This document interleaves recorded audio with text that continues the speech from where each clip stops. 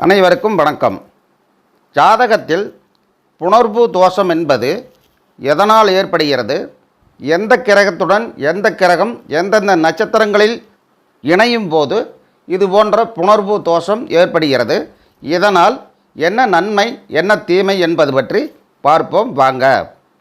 ஒரு ஜாதகத்தில் சந்திரனால் உருவாகும் தோஷங்கள் பல இருந்தாலும் மனிதனின் வாழ்வாதாரமான தொழிலை அசைக்கும் தோஷம் என்பது புணர்வு தோஷம் ஆகும். மாபெரும் ஒளிக்கிரகமான சந்திரன் ஒருவரின் ஜீவனத்தை நிர்ணயம் செய்யும்.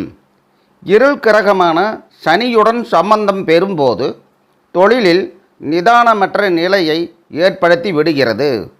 ஒருவரின் ஜனனகால ஜாதகத்தில் சனி சந்திரன் சம்பந்தப்பட்டால் உருவாகும் கடுமையான கருணையற்ற புணர்வு தோஷத்திற்கான கிரக அமைப்புகளை காணலாம். ஒன்றாவதாக, சனியும் சந்திரனும் ஒரே ராசியில் இருப்பது. 2. சனி சந்திரன் பரிவர்த்தனை மகரம் கும்பம் ராசிகளில் சந்திரன் இருப்பது, கடக ராசியில் சனி இருப்பது. 3. சனி சந்திரன் ஒருவரையொருவர் சமசப்தமமாக பார்த்து கொள்வது. 4. சனி சந்திரன் சார பரிவர்த்தனை அடைவது. மேலும் சனியின் நட்சத்திரமான பூசம் அனுசம் உத்திரட்டாதி ஆகியவற்றில் சந்திரன் நிற்பது, சந்திரனின் நட்சத்திரமான ரோகிணி அஸ்தம் திருவோணம் ஆகியவற்றில் சனி பகவான் நிற்பது, நவாம்சத்தில் சனி பகவானும் சந்திர பகவானும் ஒன்றாக சேர்ந்திருப்பது ஆகிய அமைப்புகள் எல்லாம் புணர்வு தோஷமாகும். இதில் சனி சந்திரன் சேர்க்கை சமசப்தம பார்வை என்பது முதல் தர புணர்வு தோஷமாகும். அத்துடன் சனி அல்லது சந்திரன் நீசமாகி இருந்தால் இது அதிபயங்கர புணர்வு தோஷ அமைப்பாகும். நன்மையானாலும் தீமையானாலும் புணர்வு என்றால் அதிதடை தாமதம் என்று பொருள். ஒரு ஜாதகரின் அனைத்து செயல்களிலும் தடை தாமதம் ஏற்படக்கூடும். சனி சந்திரனுடன் சேரும் அல்லது பார்க்கும் கிரகங்களின் ஆதிபத்தியம் காரகத்துவம் சாரம் பரிவர்த்தனைக்கேற்ப செயல்பாடுகளின் தன்மை இருக்கும். இது கர்மதோஷம் இருப்பதை சுட்டிக்காட்டும் கிரகச் சேர்க்கை. இதன் பலனாக எதை செய்தாலும் தவறாகவே முடியும். கடுமையான தொழில் தடையை ஏற்படுத்தும். வாழ்வில் எவ்வளவு உயரமாக சென்றாலும் பெரும் வீழ்ச்சியை ஏற்படுத்திவிடும். ஆயுள் தோஷத்தை கூட ஏற்படுத்தக்கூடும். பூர்வீகத்தை விட்டு வெளியேற்றும். சொந்த ஊரில் பூர்வீக சொத்தில் குடியிருக்கவும் விடாது. குலதெய்வ அனுக்கிரகமும் ஒருபோதும் இவர்களுக்கு இருக்காது. மேலும் இது போன்ற ஜாதகர்கள் சம்பளம் இல்லாமல் வேலை செய்யும் நிலை அல்லது மிகவும் அடிமைத்தனமான வேலை செய்யும் நிலை, குறைந்த ஊதியத்தை பெறுதல் என்ற நிலையை ஏற்படுத்தும். நன்கு படித்திருந்தாலும் தன் தகுதிக்கு சம்பந்தமில்லாமல் தகுதிக்கு குறைவான இடத்தில் குறைவான சம்பளத்தை வேலை செய்யும் சூழ்நிலை ஏற்படக்கூடும். மேலும் இத்தோஷமுள்ள ஜாதகர்கள் சட்டத்திற்கு புறம்பான அல்லது சட்டத்திற்கு உட்படாத வேலை தொழில் செய்பவர்களுக்கு மேற்கண்ட கிரகச் சேர்க்கை கட்டாயமாக இருக்கும். இந்த கிரகச் சேர்க்கை உள்ளவர்கள் அதிக முதலீட்டில் தொழில் செய்யாமல் இருப்பது மிகவும் நல்லது.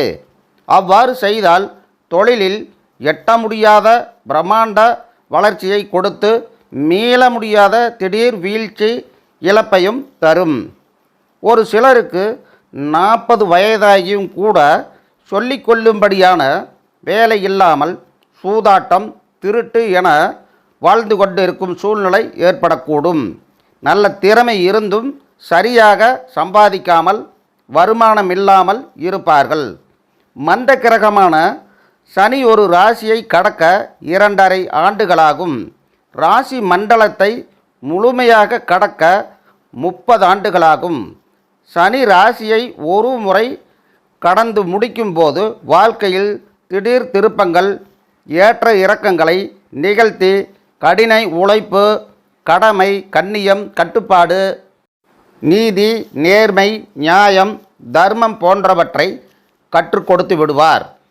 அவரவரின் 9ஆம் பாவக வலிமைக்கேற்ப சனியின் செயல்பாடுகள் இருக்கும். சந்திரன் மனோகாரகன், மனதை ஆள்பவர். ஒருவருக்கு எந்தவிதமான கஷ்ட நஷ்டங்கள் வந்தாலும் முதலில் பாதிப்பது மனம்தான். அமைதியின்மை, கோபம், பிடிவாதம், சோகம், இயலாமை, உணர்ச்சி வசப்படுதல் போன்ற மனநிலை பாதிப்பு ஏற்படக்கூடும். ஒரு தெளிவான சிந்தனை முடிவெடுப்பதற்கு காரணமாக விளங்குபவர் சந்திரன். சனிக்கும் சந்திரனுக்கும் பல வகையில் ஒத்துப்போகாத தன்மைகள் உண்டு. சந்திரன் தினக்கோள் 27 நட்சத்திரங்களை அதிவேகமாக பயணித்து 30 நாட்களில் ராசி மண்டலத்தை கடக்கிறது. சனியுடன் ஒப்பிட்டு பார்க்கும்போது நேரெதிராக சந்திரனின் தன்மை இருக்கும். சந்திரனுக்கு ராசி மண்டலத்தை சுற்றி வர 30 நாட்கள், சனிக்கோ 30 வருடங்கள். சனி மந்தம், சந்திரன் வேகம். சனி இருள், சந்திரன் ஒளி. இப்படி எல்லாமே எதிரும் புதிருமாக அமைந்துள்ளதால் சனியும் சந்திரனும் ஜாதக கட்டத்தில் எந்த வகையிலாவது சம்பந்தம் பெற்றிருந்தால் புணர்வு தோஷம் ஏற்பட்டு அது செயல்படவும் தொடங்கிவிடும். இதுபோன்ற புணர்வு தோஷ அமைப்பு இருப்பவர்களுக்கு வியாபார சுயதொழில் சிந்தனை அதிகமாக இருக்கும். பெரிய முதலீட்டில் தொழில் செய்து வாழ்வாதாரத்தை இழந்த பலரின் ஜாதகத்தில் இதுபோன்ற கிரக அமைப்பு இருக்கும். எனவே புணர்வு தோஷம் இருப்பவர்களும் சனியும் சந்திரனும் 6, 8, 12ஆக இருப்பவர்களும் சுய ஜாதகத்தை பரிசீலித்து சுயதொழில் செய்ய வேண்டும்.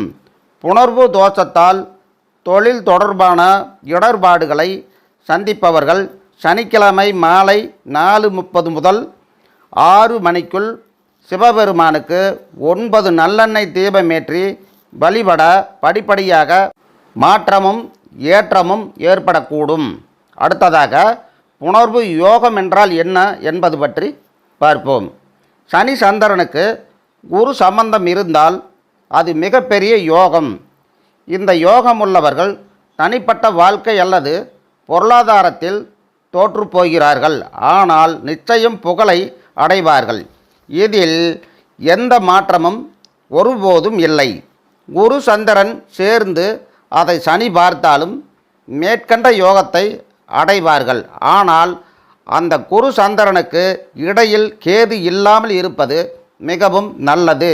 மேலும் சுப பலனை அதிகரிக்க மாதம் ஒரு முறை வளர்பிறையில் வியாழக்கிழமையன்று பகல் 12 மணி முதல் 1 மணிக்குள் சித்தர்களின் சமாதி பீடங்களுக்கு சென்று நல்லெண்ணெய் தீபம் வைத்து வழிபட்டு வந்தால் இது போன்ற ஜாதகர்களுக்கு மிகப்பெரிய யோகத்தை ஏற்படுத்தும். எனவே இந்த பதிவு தங்களுக்கு உபயோகமானதாக இருக்கும் என நான் நினைக்கிறேன். பிடித்திருந்தால் லைக் பண்ணுங்கள், ஷேர் பண்ணுங்கள், கமெண்ட் பண்ணுங்கள். அடுத்த பதிவில் விரைவில் சந்திக்கிறேன். நன்றி, வணக்கம்.